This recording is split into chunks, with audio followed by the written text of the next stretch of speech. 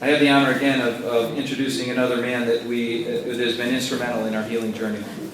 And our keynote speaker this evening is Dr. Peter Hinderberger. And he was trained in Switzerland. He's been practicing medicine for over 30 years. He's currently the medical director at the Ruscombe Mansion Community Health Center, and he serves in a number of other influential positions in the medical community.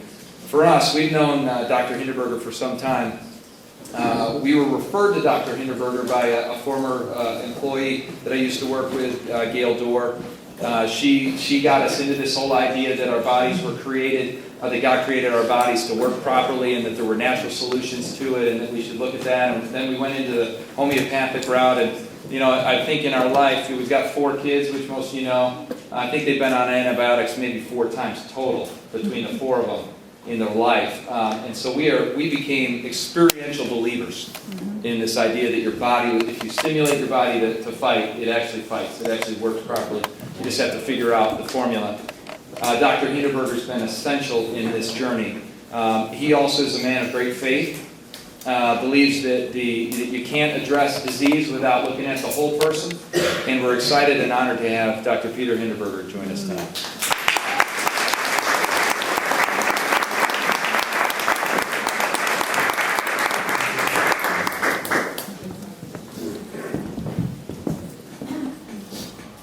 Good evening. Thank you for having me. Thank you for this. Thank you, Jimmy. I'm really honored to talk in front of all of you, and I think this is a really special occasion to have something to create something that is really outside the box when it comes to oncology, when it comes to cancer. And it's definitely needed. That link is very instrumental, I think. This is actually, I don't know if you know this, 40 years ago, then President Nixon signed the National Cancer Act, and with that he declared war on cancer. And I quote him here. He says, "The goal is to eliminate the suffering and death from cancer, and to do so by 2015. And so we're 4 years away from this. And the showing on of hands tells us that everybody is affected by cancer. So it's everywhere.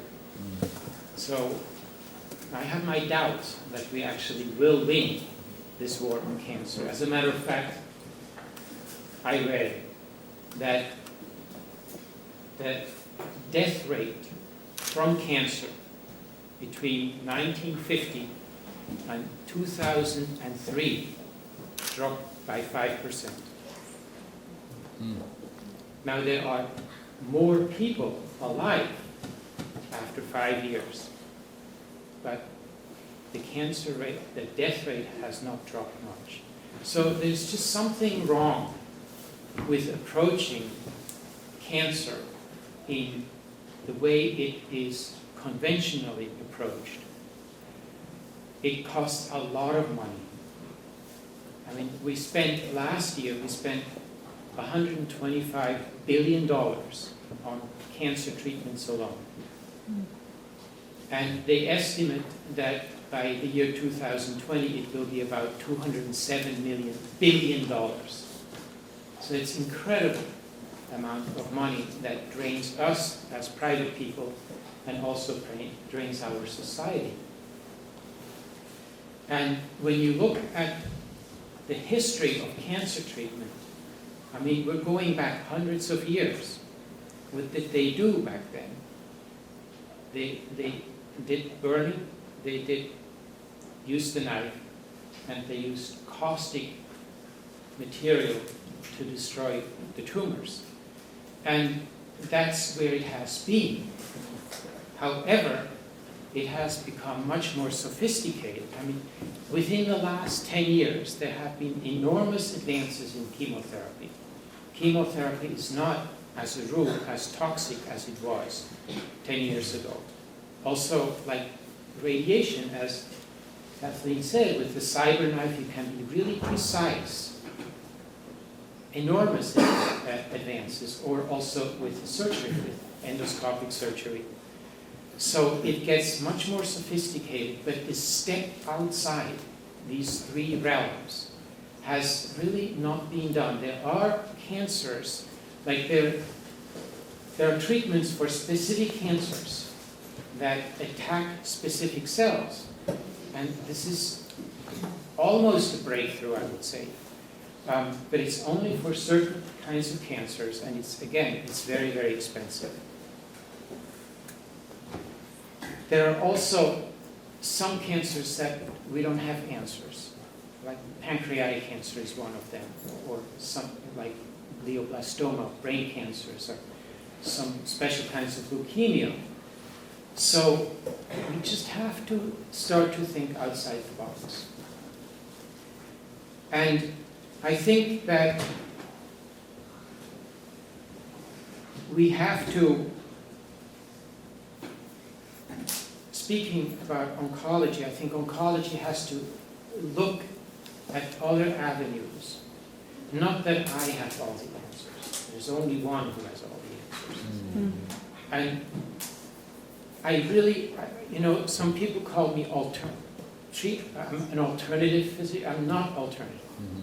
If somebody comes to me with a palpable cancer, I also say, go and have that removed. With surgery, chemotherapy, radiation, and so on.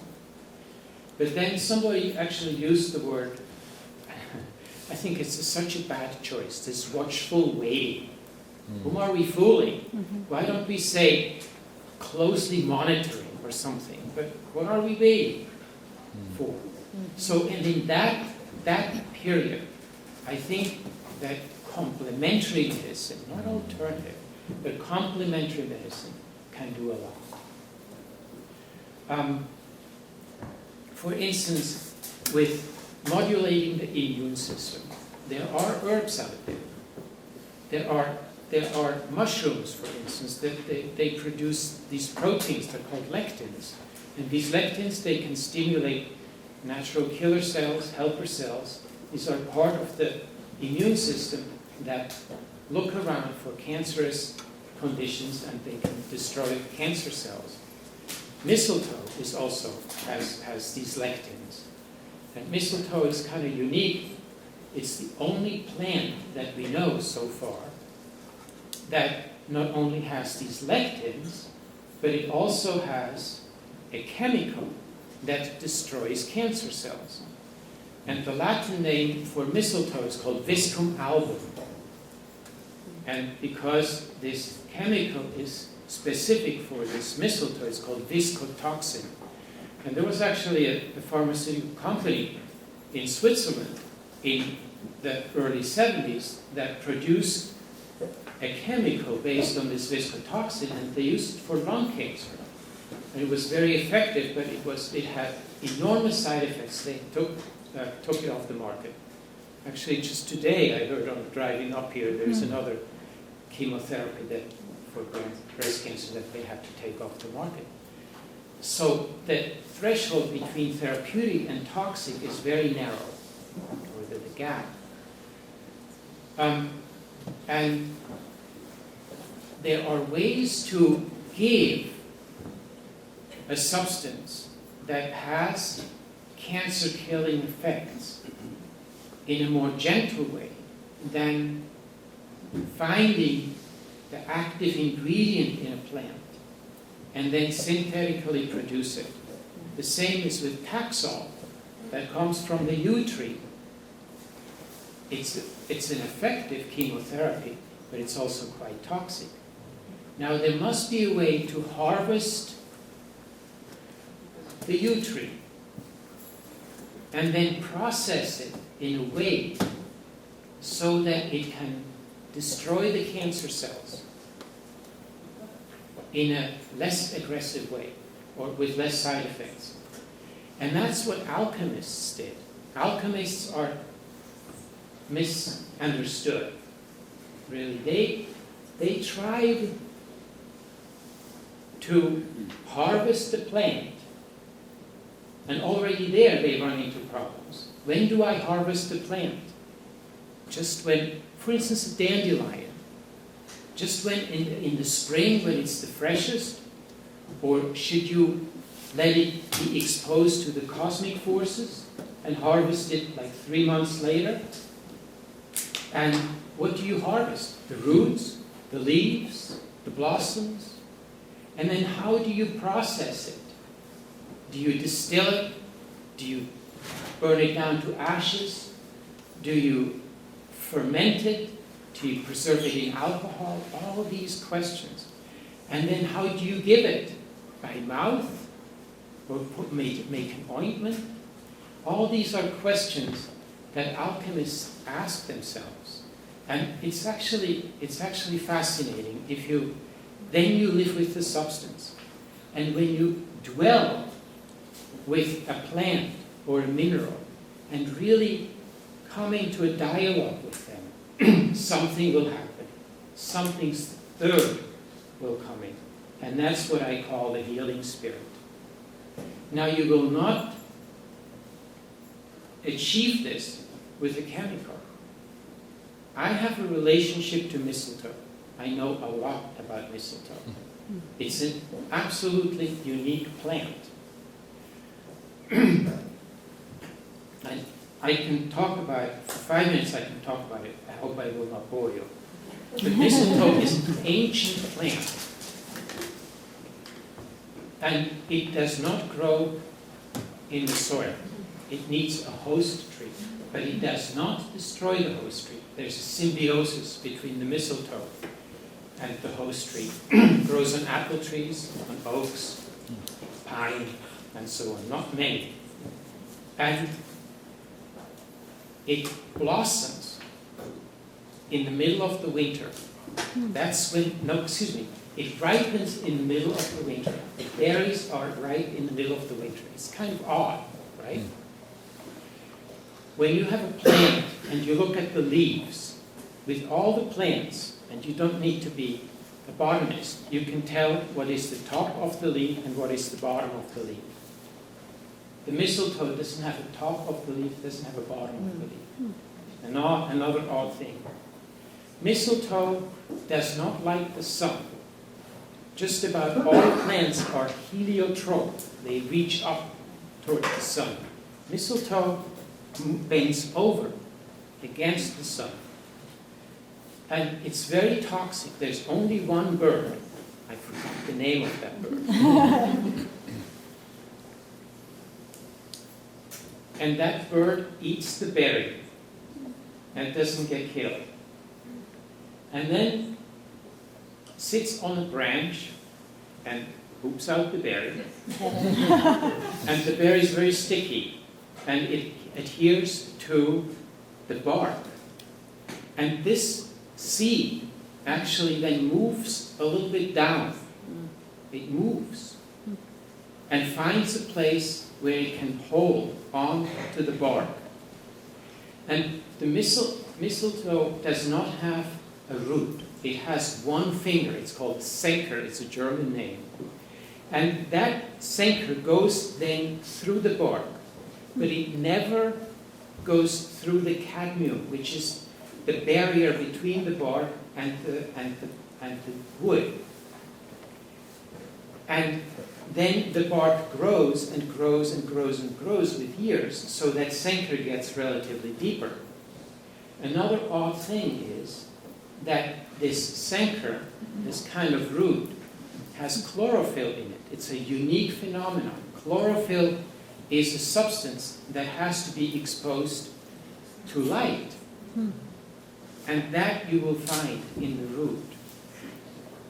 Also, mistletoe has it's a slow-growing evergreen that actually the leaves drop every 7 years. Odd rhythm. And there is this branch that goes up like this, and then there are side branches, and again side branches, and again side branches, and between every side branch there is one berry. Very, very geometrical.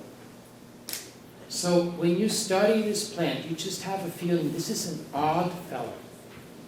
And whenever you see something in nature that is odd, you can be assured this is a healing plant.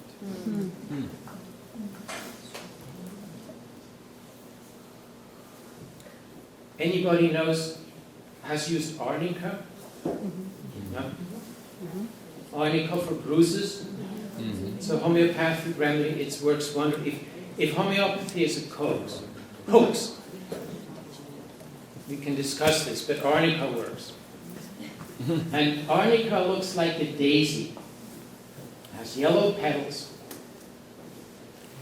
And when you look at the petals, though, they are disheveled. You can go and Google arnica plant, you can see. They are disheveled, they're kind of crumbled.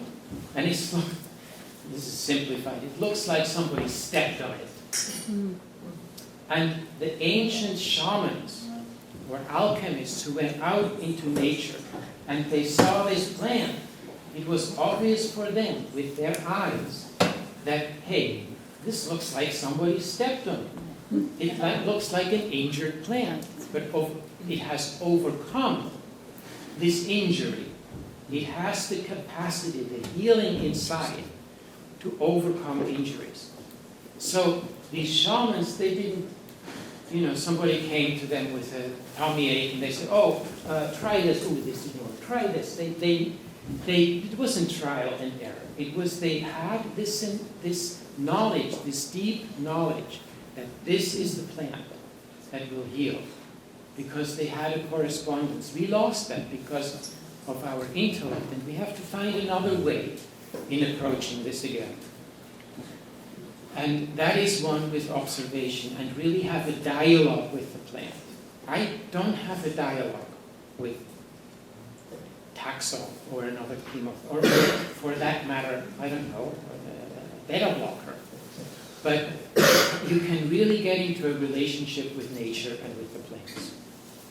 So, going back to mistletoe, what they do with mistletoe, they harvest the freshest leaves at exactly midsummer, St. John's Tide.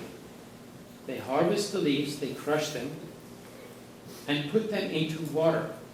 Now, immediately this would ferment, but they keep this water moving. It's constantly moved and exposed to the forces of the day, the forces of the night. And they do this for half a year. And then in the middle of the winter, they go out and they harvest the berries. And then they take the juice of the berries, and then they take the juice of the leaves, and they mix it in a way so that both drops or both juices form a vortex. And without that vortex, it's not working. Don't ask me why. But they tried it different ways. And again, that's just through studying, through meditations, through contemplation, through intuition, whatever it is, they came up with that conclusion. And that's what is used. So a chemist goes and harvests mistletoe and analyzes this and says, it's just not work. It cannot work. It's not possible. Because this new approach of chemistry is not looking at this, how do I bring out the healing forces, the healing spirits in a substance? And that's what keeps me going, because it's really fascinating. I am trained an allopathic physician, but it's painful. I love biochemistry. I do love biochemistry. But just then really going from one diagnosis to the therapy, or from the therapy to that, it's just, I just couldn't do that. Anyway, so talking about opening up to the plant kingdom or the mineral kingdom, and also looking at detoxification, talking about, and this is not complementary. I don't think this is complementary. This is biochemistry. I mean, like we all have some inflammation in us, and there's good inflammation that can burn something out, but then there is this like I call it like the pilot light. It just burns a little bit, but it doesn't do anything, like inflammation of the coronary arteries, or as an inflammation of the gut. And there are ways to address this and get rid of it. Or, oxidative stress. That's another thing, you can look that up, but it's basically simplified. It's oxygen that cannot be processed, and then it turns toxic. But there are vitamin C can help that, or vitamin E, or glutathione. So these are supplements that can help to detox the body. Has nothing to do with holistic. It's plain biochemistry. And then there is research actually done in oncology. Like your liver will never invade your colon. They're just going to, or your kidneys invade bladders. It's not going to happen. So what do cancer cells have that make them special, that they can invade? They have enzymes that can break down barriers. And you can block these enzymes. And there is research going on that, and that's wonderful. In complementary medicine, they already do that. In Germany, there are, where they don't have a restricted FDA, like here in the United States, there are hospitals that you can go on. They do that. Or dendritic cell, like the Nobel Prize winner for this year, Ralph Steiner. He researched dendritic cell therapy, which is a really great way to address cancer. It's a novel way. He was diagnosed with pancreatic cancer about, I think it was 4.5 years ago, and he survived pancreatic cancer for 4.5 years. And unfortunately, he dies a couple days before the Nobel Prize committee gave him the Nobel Prize in medicine. So there are really great things that are happening there. In Germany, I know of 2 clinics, and in Austria and Vienna, there's 1 clinic that you can go and have that dendritic cell. A patient of mine went there. There's a stage 4, there's a stage 5 cancer, actually. That's the cachectic stage, when the cancer is consuming you. She was diagnosed with that in Ann Arbor, Michigan, and her daughter lives here, works at Hopkins. That's how she came here, and she visited me, and she decided to go to Germany, and she gained 40 pounds in the last 3 months. She's not on steroids, and it's just an amazing breakthrough. But why is it not happening here? There are other things. Support the organism. Talk to your oncologist. So I'm having chemotherapy. I heard that it's bad for the liver, or it can be toxic. Do you have something to support my liver? It's just not a language that is used. But think of dandelion, chicory, milk thistle, the bitters. They are there. They have been used for hundreds of years. So support. There's another thing, like there is also a warmth metabolism. I didn't learn this in medical school, but the warmth, right now I have cold hands, and they will be warm after this talk. But the warmth, like the liver has a different warmth than the heart or the lungs or the kidneys. It's very elaborate. And there's something wrong with the warmth metabolism. There's something wrong with the light metabolism in cancer. I talk to this in 2 minutes. So we have to address this as well, and then prevent reoccurrence. And that primarily has to do with changing the internal environment. And you can do a lot with nutrition, with exercise, with a rhythmic lifestyle. Get up at a certain time, eat at a certain time, have fun at a certain time, work at a certain time, and so on. Relax at a certain time, go to bed. That helps the organs. That's what we did for 10,000 years.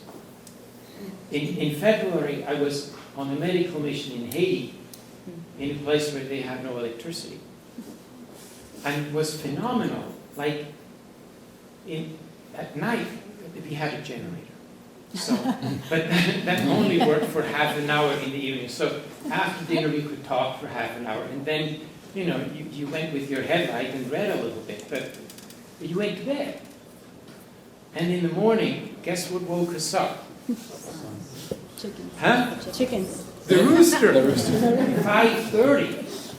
The rooster woke us up. And I went jogging in the morning. It was dark. And the road was full of people. They woke up too. But that's how we live for 10,000 years.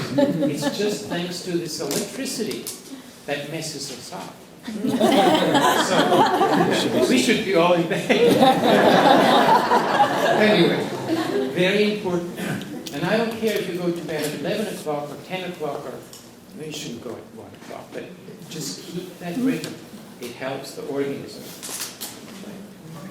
So, okay, open up CAM, to complementary and alternative medicine. That's one point that I hope before I retire, and I'm not retiring soon, that I hope that I will see that oncology will open up to that.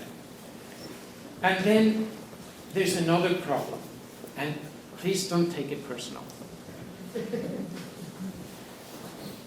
There's a tendency in science, and in medicine too, to look further into the details. So we have the cell, we study the cell, and then we study molecules, enzymes, and we go further down and further down and further down, and we will find facts. We will find clues, but we will not find the answer. I guarantee you that. It's like, so how many people have been to Hopkins Hospital? A lot of you probably. There is the most beautiful Christ statue at that hospital. The first time I saw it, I said, whoa. I mean, I just had to go home, get my camera. This was before. And I took a photograph. It is an astonishing statue. So if you analyze that, chip some thing off and analyze it, what you will find is calcium oxide. That's what marble is. And it's a fact. Oh, piece of marble. Do you get the answer there? Or take the Bible. You can weigh it, you can analyze it, you can count the pages, you can feel the texture, you can count the words. These are all facts. But you miss the essence. And that brings me to the third point. So, I really think we have to look at the spiritual aspect in medicine in general. Because I really think that a disease, every disease, and this is I will explain my word, every disease has its own being. And every person, of course, has his or her own being, or individuality. So we have an individuality of a disease, and we have an individuality in the person, in the patient that I meet. And so the future of medicine, I think, is individualized, human-centered medicine. And not, you have high blood pressure, you start with this one. And then the next one, if it doesn't work, you add this one. It's a way to approach disease. And it works. But does it cure? There are more people who are walking around and they have a good quality of life than who are on drugs. Okay? Because we can't find the answer when we're going into the details. We really have to look at the spiritual aspect. And so the one aspect is that I really think that illness has its own essence. And of course, we as individuals have our own essence. But then I also say you cannot heal without invoking the spiritual world, the spiritual hierarchy. And I just want, for 2 minutes, to have you imagine what is the being of cancer. Like, as Nixon said, and he must have been right, he declared war on cancer. So here, I have cancer. I declare war on cancer. Let's say a country declares war on my country. My first thing is to figure out the strength of that country, to figure out everything that I can figure out, to understand and to know the enemy. Right? Mm-hmm. So understand cancer. What is the being of cancer? What is the essence of cancer? It's dark. That's why I think light plays a role. What else? Sneaky. Untrustworthy. What else? Selfish. Defiant. Right? Are you still following? What else? Rebellious. Random. So you get the picture? That is what you fight when you have cancer. It's a being. And what is it? It's our shadow. It's our shadow. So it's not something that you fight out there. It's something that is in all of us. We have this shadow self. That is the greedy one. That is the selfish one. Me. You know. That wants everything. Doesn't know any boundaries. And so we have the enemy. We have identified the enemy. The next step is, when you go into war, you want as many allies as possible. Allies as possible. Right? So you definitely want an ally who is as strong as this enemy. Well, you want one, that's not true, you want one that is better, stronger, because you want to defeat that enemy. And as I said, this being of cancer is really that shadow self, that lower self in us. You want to invoke the higher self. And as higher self, I understand that's the link between me and the spiritual world. And you can be, you can be Christian or you can be Muslim, it doesn't really matter. But I'm Christian, and Christ is the Redeemer. Christ forgives. Christ can give grace, and so on. So we have really a good ally. The best. Or Raphael. Do you know Raphael? The archangel Raphael? Raphael. Very powerful. Very powerful. Meditate on Raphael. He's called the heavenly physician. He is an instrument of Christ. Christ the Redeemer. So we are a little privileged, I think, in Christianity to have these allies. But I talk to my Jewish friends, I talk to my Muslim friends, they have equal, powerful, spiritual beings that they can invoke. So how do you do this? And we have not synchronized our talks. Right? We didn't talk about anything, but it's just, this is the way we can connect with this. Spiritual guides is, instead of doubt, it's with faith. And with compassion and with courage. And once you make that step, because the enemy, cancer, thrives on fear and thrives on doubt. And it's a dark being. So, and then we have this beautiful prayer. Or just now when you go home, maybe not with your wife or spouse or whatnot, but when you're driving home by yourself, just chant, "Thy will be done." And something happens. Something happens. It's just so freeing. Because who are we? We have all a spiritual tunnel vision. So we don't know what's best for us. We're trying. How much money do we spend to be secure? Homeland security or whatnot. Do you feel safer now that we spent billions of dollars? There's only one that we can really trust. So now I wasn't invited to preach.